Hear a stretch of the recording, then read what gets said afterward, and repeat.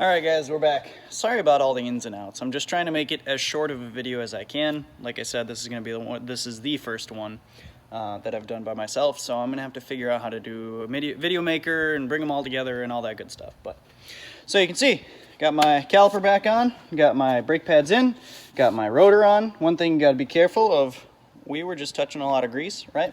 So if your hands are real greasy and you touch this rotor on this surface right here, right, you always want to make sure, if you get grease on it, you always want to make sure to get that grease off, right? Because if you don't, it's like you just lubricated your brakes and you've just reduced the stopping power, right?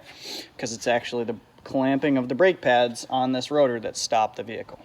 Okay, so we're pretty much done here. I have the wheel bearing hub bolts torqued. I have my axle nut run down, but not torqued. I've got my little bolts torqued as well as my big bolts for my caliper bracket torqued. Right, ABS sensors in, everything is good, doing my final check over, all is well, right?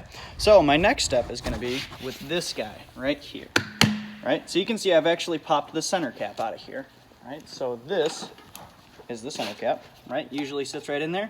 Now that I've popped that out of there, that enables me to take my socket with an extension and to actually put it through there to tighten that bolt, right? So what I'm going to do, I'm going to set you up here. I'm going to put the tire on just for a second, right? So I'm going to line it up.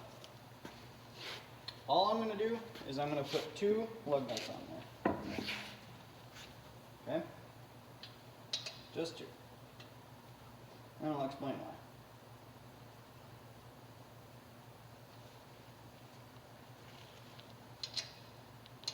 The reason I'm only going to put 2 on there is because I'm not running down the road.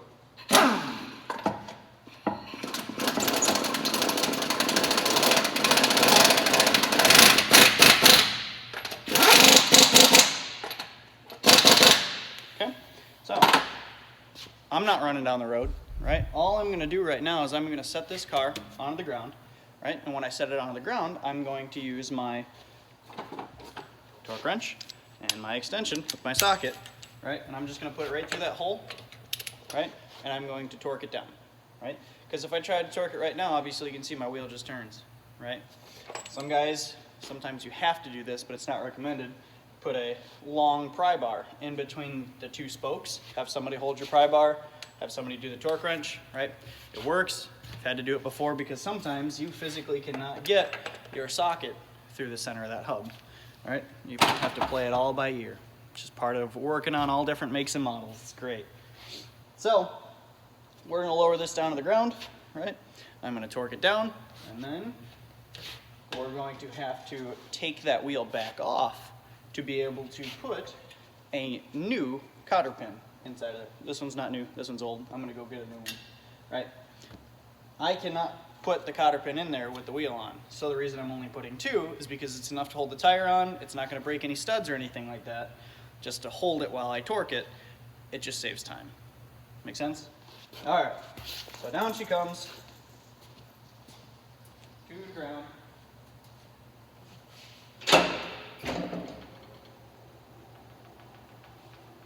Everything's out of the way.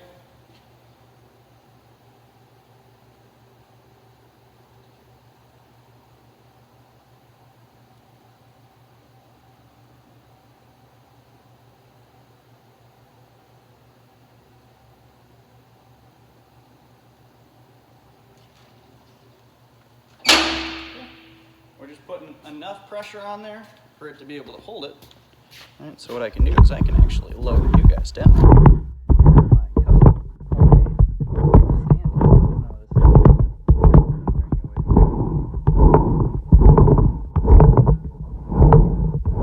that's as low as we're going to be able to go. But, well, you guys will get the gist of it. Alright, I'm going to take my torque wrench here. Get it onto that nut, right? You can see it's torqued. So what I'm going to do now is I'm going to raise it back up. I'm going to pull that tire off, and then I'm going to put a new cotter pin in there. Once I put the new cotter pin in, I will put the center hub back, or the center cap back into the center of the tire, right? Torque everything back down. Make sure to torque the wheel. That's one of the most important ones, right? Torque everything, take it for a test drive, and we'll see if it still makes noise. All right, goodbye again for now. All right, guys, last one, right? This that I have in my hand, which looks like an extension, but in reality, it is a torque stick, right? So I don't know if you can read that. If I flip it over, maybe you can. 100 foot-pounds, right there, right? So this torque stick is going to torque this wheel to 100 foot-pounds, right? You actually have to calibrate it to your gun that you're gonna use, right?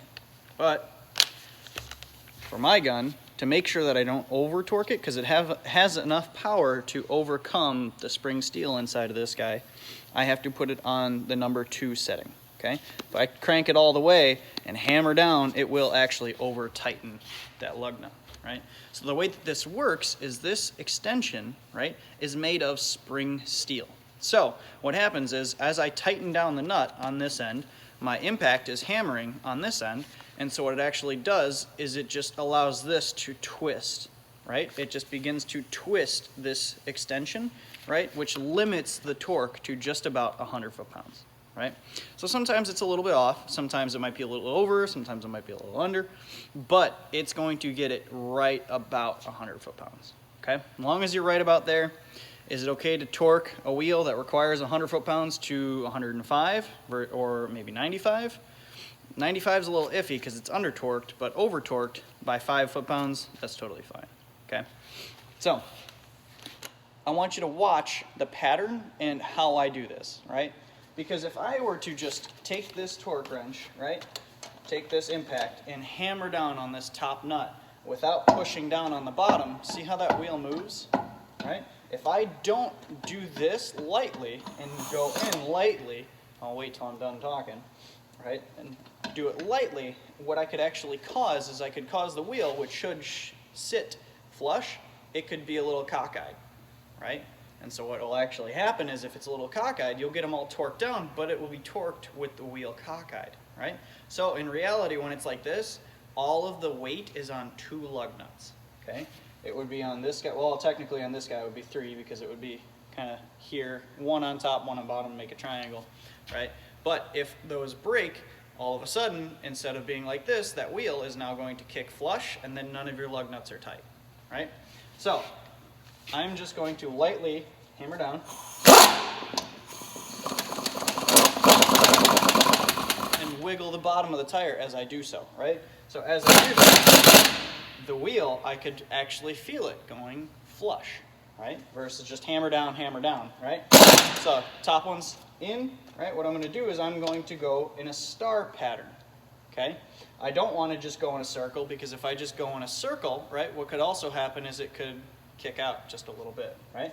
So I'm going to go in a star pattern, hammer it just for a couple seconds on each one.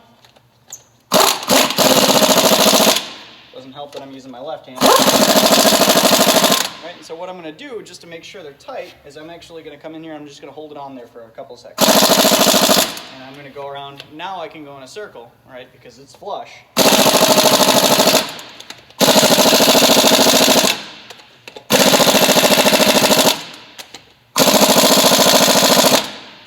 So, now that that's done, we're going to put our center cap back in. And all that's going to do is it's just going to sit right there.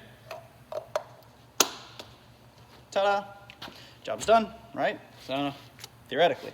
What else I would do is if this vehicle had just come into the shop, I would check every other fluid, I would check all the lights, I would check to make sure all the tire pressures are correct. We've already done all of that. But that's part of every inspection that should be done on every vehicle that comes into any shop, right?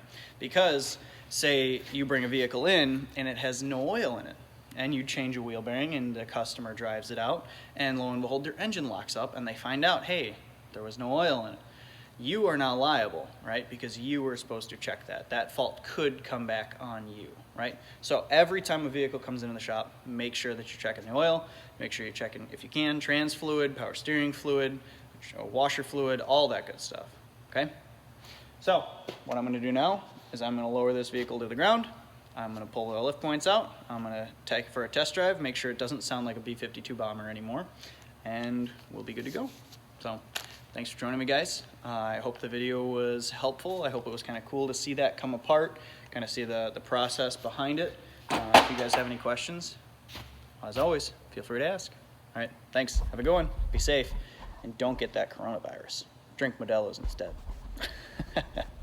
Bye-bye.